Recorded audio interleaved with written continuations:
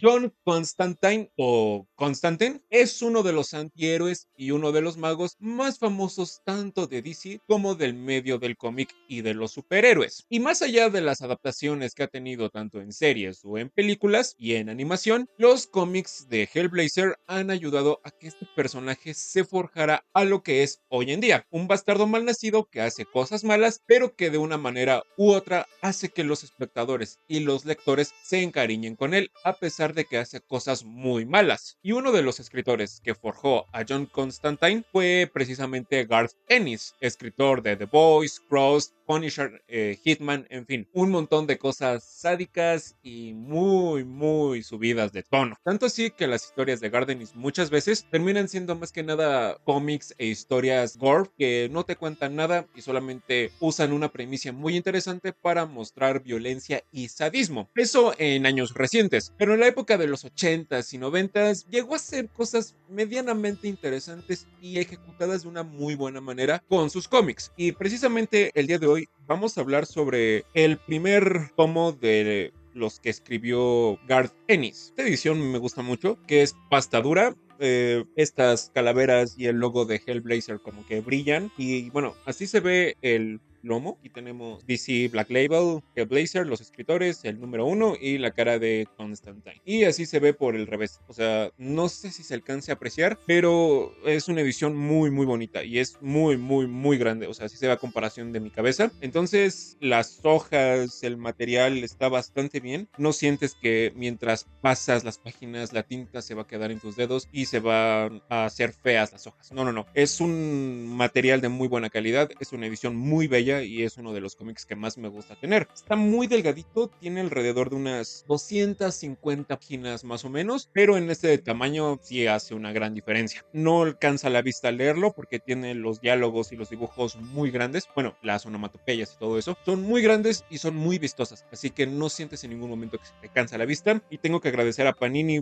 por esta bellísima edición que se animaron a sacar, porque a diferencia de ciertas editoriales que nunca terminaron nada y sacaban ediciones asquerosas, esta sí vale la pena. Tienen un costo un tanto elevado, pero sí son cómics que valen la pena, porque te van a durar, son buenos y la presentación está bastante bien. Aquí tenemos 9 números de la serie de Hellblazer, del 41 al 50. Tiene varias historias, pero la que más interesa en este cómic es una donde John tiene cáncer de tanto fumar cigarros. En lugar de buscar una forma de cómo curarse del cáncer, empieza a vagar de un lado a otro para recordar amigos del pasado y saldar ciertas deudas mientras se va encariñando con personas que pasan por su misma situación. Hay otras mini historias, una donde se enfrenta como a un demonio, pero solamente a base de palabras, donde se ve involucrado con unas pandillas y hay elementos sobrenaturales de por medio y una historia romántica muy interesante. Y también está como que un Santa Claus nórdico. Bueno,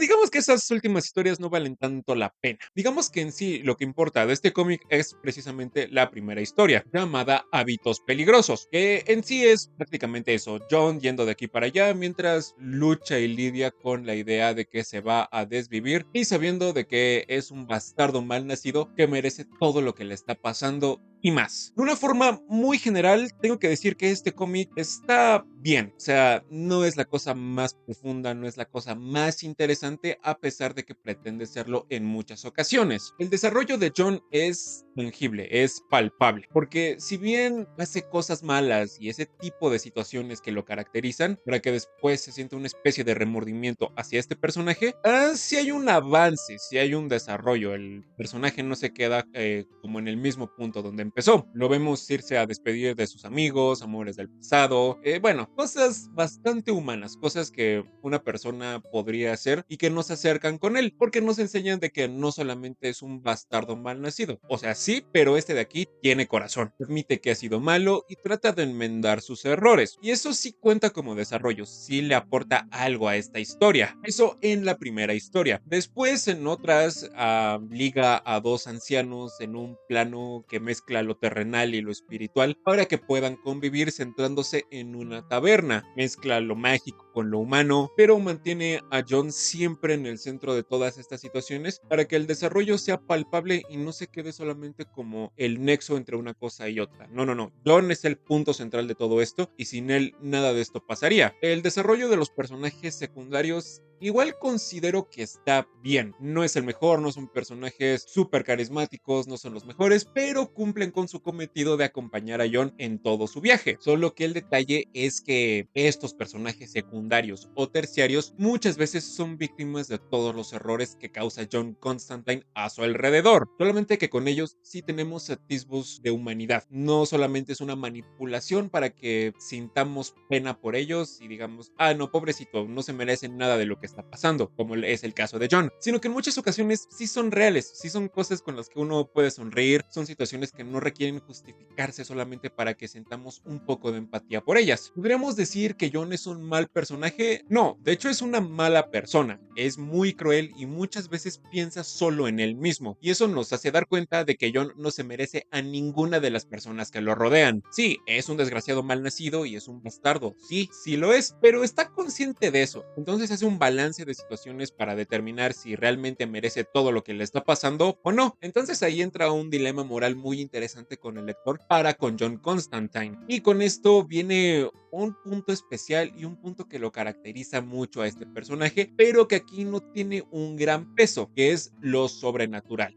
El balance entre lo natural y lo sobrenatural está muy marcado, está muy definido y siento que en ocasiones sí funciona y en otras le juega en contra. ¿Por qué? Porque no nos centramos en Jon lanzando hechizos a diestra y siniestra, haciendo cosas mágicas o ese tipo de situaciones a las que uno piensa que Jon lidia día a día. No, no, no. Algunas historias tienen más elementos sobrenaturales que otras, pero muchas veces lo mágico y todo eso queda relegado a un segundo plano o a un tercer plano para darle más prioridad al desarrollo humano. A Jon visitando a sus amigos, escuchando las ideas de Chas, en fin, todo lo que conlleva este supuesto desarrollo. En cada una de las historias hay un peso diferente. En unas puede engañar a 3 demonios para que no se muera. El lado sobrenatural siempre está palpable en cada historia, siempre está ahí. Muchas veces sabemos que va a explotar en algún punto, sabemos que va a tener un peso en alguna parte. Y sí, sí la tiene, sí hay repercusiones de lo sobrenatural, pero cambia con cada historia. En la parte de hábitos peligrosos, solamente hasta el final ya se explota todo este concepto sobrenatural, mágico, de rituales, satánico, en fin, todo lo que caracteriza a este personaje y sobre todo esta etapa de Garth Ennis. Pero después solamente queda relegado a un plano secundario, a un plano complementario. Sí hay una razón para que todo esto pase y considero que si bien se pudo haber aprovechado de una mejor manera, funciona dentro de la historia. El hecho de mezclar muchos géneros para que se sienta un cómic muy rico y más maduro funciona muy bien. Esa era una de las cosas más características que tenía Garth Ennis a inicios de los 90s y de los 2000s más o menos. Mezcla el terror, el drama, toda esta onda de superhéroes que tuvo Vértigo en sus inicios está ahí y está latente. Así que esto nos permite ver a Jon haciendo cosas malas, pero a la vez haciendo cosas heroicas, teniendo momentos humanos con ciertas personas y enfrentarse a demonios y a chamucos a las 3 de la mañana en el cerro, todo en una misma historia. Solamente que el cómic yo le encontré un poco más de detractores de cosas que realmente me atraparan en este libro más allá de hábitos peligrosos. Número 1, no hay una cohesión real entre una historia y otra,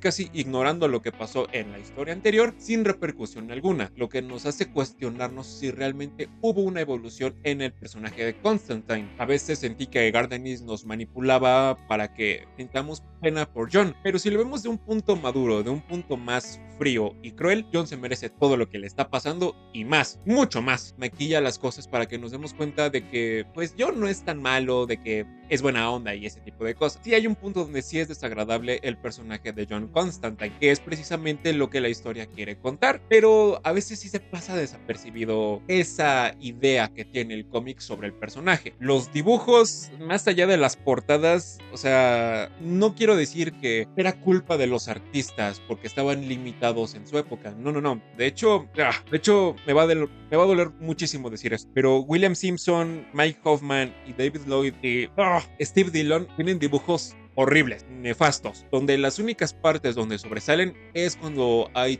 toques sobrenaturales, donde hay demonios, donde hay posesiones, donde están todos esos elementos que nos gustan de este personaje. Es la única parte donde el dibujo reluce, porque de ahí en fuera, entiendo que su estilo sea crudo, que su estilo sea grotesco y que no sea precisamente bonito, pero es que no es feo en el buen sentido, es que los dibujos son feos, feos pero con ganas. Siento que les hizo falta pulirse mucho porque después lo que hizo Steve Dillon con Preacher y con otros cómics, o sea, es una belleza, pero aquí no hay nada destacado de estos artistas. En conclusión, podemos decir que Hellblazer Volumen 1 de Garth Ennis es una buena introducción para conocer al personaje de John Constantine. No es la mejor historia, no tiene las mejores historias, no están tan bien desarrolladas, pero cumplen su cometido de entretener y de dar una historia madura y más adulta referente a los cómics. Pero esto es lo que a mí me pareció. Si ustedes ya lo leyeron, por favor díganme qué les pareció. Si le dan like, lo comparten, no se suscriben, se los voy a agradecer muchísimo. Y nos vemos en la próxima.